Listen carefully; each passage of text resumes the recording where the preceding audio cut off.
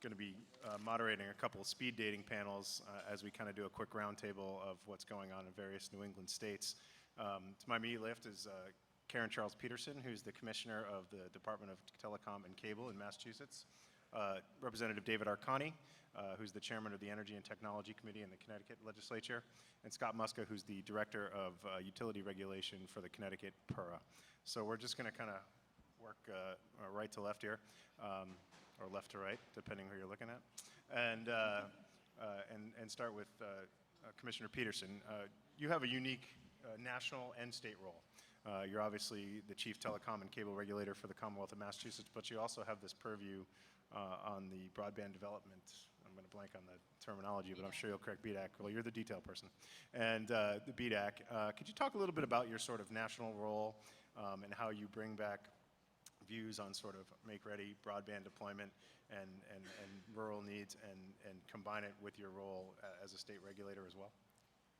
Absolutely. First off, I want to thank NECTA for this fabulous conference. This has been great the last 2 days. So Tim and everyone connected to NECTA, thank you so much for this opportunity.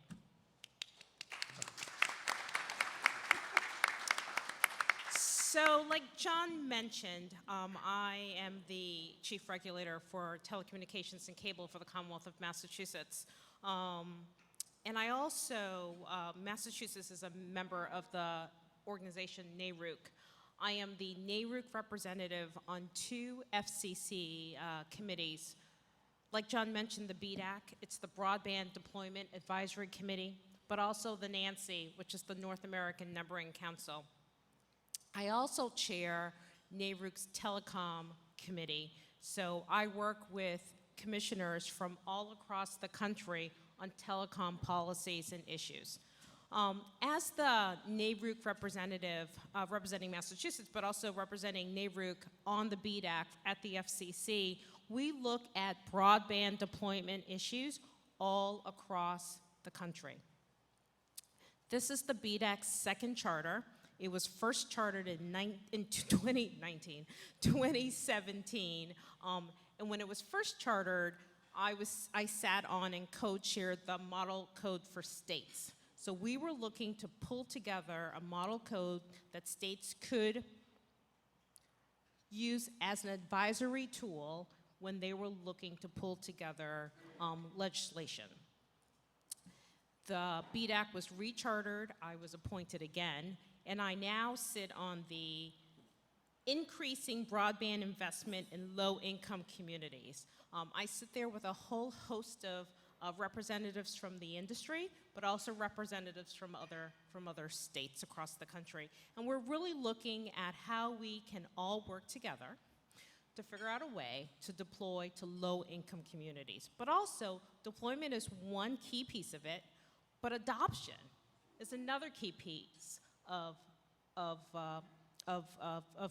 residents in these communities using broadband, which is key for the FCC. They want the network to be there, but they also want to make sure that residents can gain access to it and they're able to use that. So I'm working with the FCC on that specific issue at the moment. When it comes to Massachusetts and all of these issues, Massachusetts we're doing a lot of great things when it comes to broadband deployment. You know, in the western part of the state, we had, I want to emphasize that, had 53 communities that were either unserved or underserved when it came to broadband. We then moved that number with the assistance of Comcast to 44 communities. Today, and many of you heard this yesterday from Carolyn Kirk, who's the Executive Director of Mass Tech Collaborative for the Commonwealth. Today, we are at one community without a pathway in terms of broadband deployment. I mean, I think that deserves a round of applause, but I'm from Massachusetts. The Baker-Polito administration, we're very happy with the direction broadband deployment is taking in Massachusetts. And we want others to see this as a tool, look at what we're doing. You know, we're not perfect. We don't, by no means do we have it down pat, but you know, there are certain things that we have used from other states.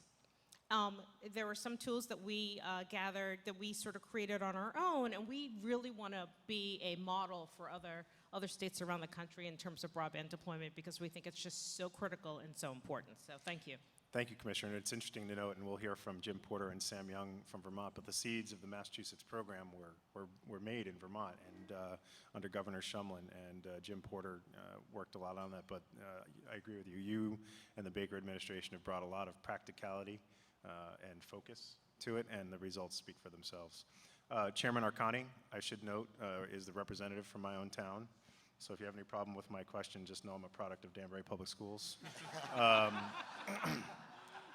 Read into that what you will. You chair an incredibly complex committee. You deal with, in energy and technology, there's a lot of emotion tied to issues around climate change, green energy, telecom regulation, net neutrality, broadband investment.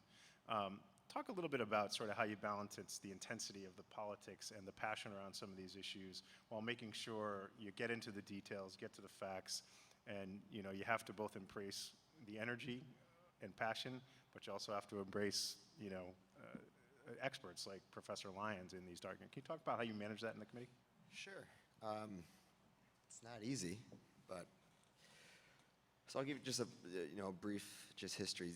Representative Liney Reed was our House Chair of Energy and Technology before myself, and she retired going into the 2018 cycle. And I had served on the committee for a year, so I was getting to know the issues a little better, or for a term, I was getting to know the issues a little better. I was starting to get more interested because of the youth movement behind climate change and the telecommunication issues. It's going to be such an important part of our economy, and it is such an important part of our economy, both energy and telecommunications. So I approached the speaker about chairing the committee after the election cycle, and for 2 months, he checked in with me every 72 hours. Are you sure you want to do this? Yes. Finally, I started thinking, does he not want to give it to me? What's going on here? So 2 weeks into session, I realized why he kept asking me that question. Because even if the committee was just energy and just telecommunications, crafting bills around these two policy areas is incredibly technical and difficult. And in Connecticut, as you all well know, we have shorter sessions, right? In the odd number years, we're in session for January to June. Going into next year, we're February to May.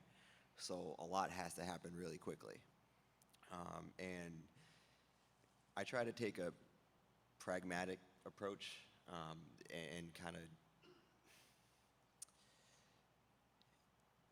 I guess transparency is the best way to handle the committee. As long as I can explain to the committee members why we're tackling an issue the way we are, and it may not be as fast as they want it to be, especially around the muni game bill that we had last year, kind of sitting some members down and explaining the pole attachment complexity and why this may not necessarily be the best policy answer for the issue affecting certain parts of the state. I mean, that's something they really appreciated because, right, the experts tend to come to the leaders of the committee to give them everything because rank and file members are busy with their constituent work, their other committee assignments. I'm also a member of 2 other committees, so it's tough to juggle it all.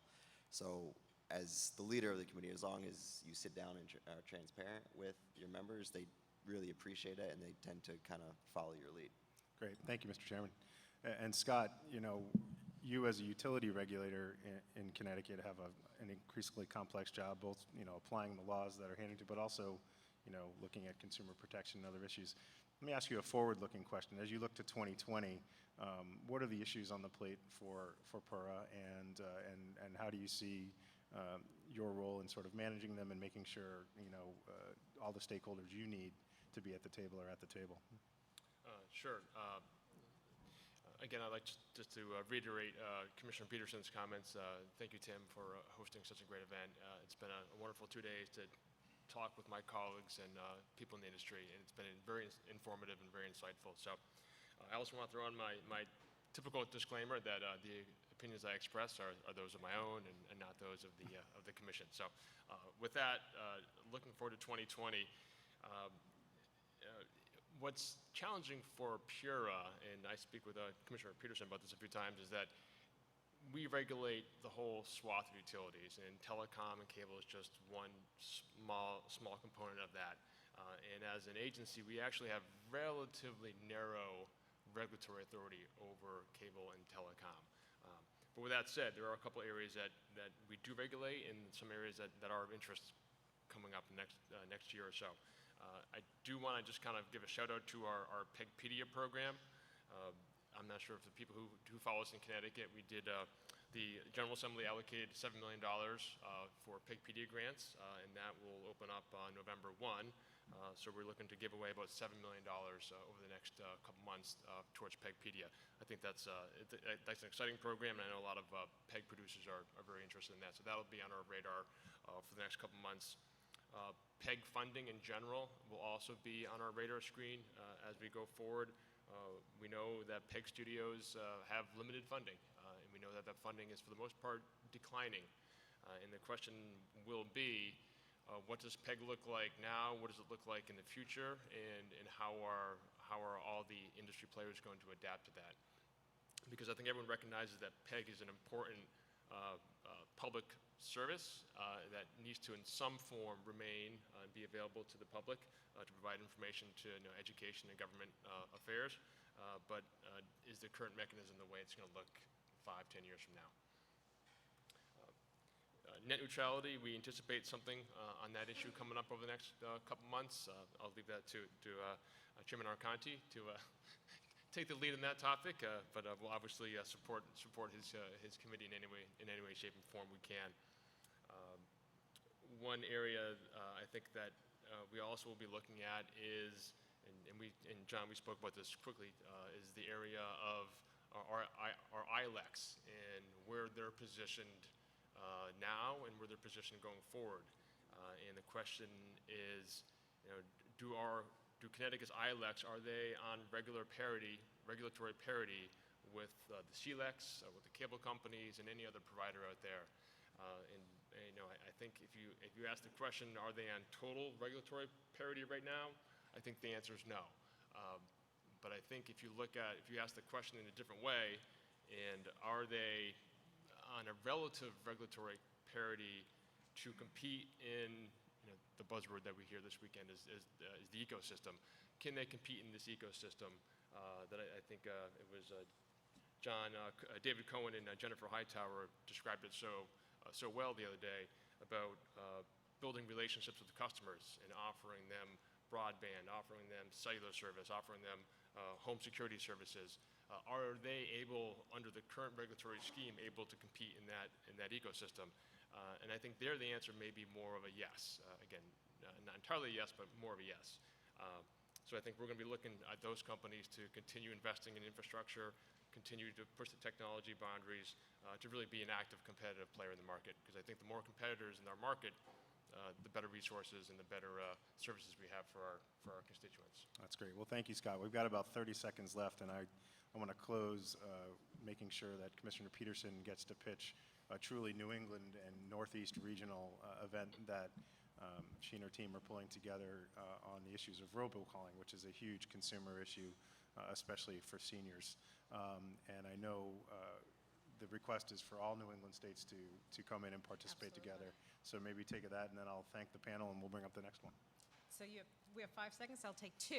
So on Thursday, November 21st, from 2 to 4 p.m. at Roxbury Community College in Boston, the Office of Consumer Affairs and Business Regulations, in partnership with NECTA, FCBA New England, and CTIA, we're pulling together this New England Symposium on robocalls. We have invited, and he has accepted, the chairman of the FCC, Chairman Ajit Pai, will be in attendance and will be keynoting the event and talking about the rules that will go into effect at the end of the year that wireless providers and other providers will be following in terms of protecting our phones and combating this very frustrating.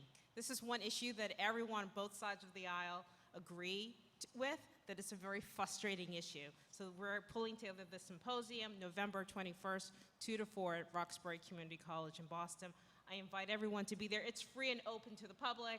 We want a lot of people there so they can hear this important message and really find some tools to address this very frustrating issue. So thank you for that, John. Well, thank you very much for the panel for speed dating round number 1. And Representative Kennedy, Representative Young, Jim Porter, please.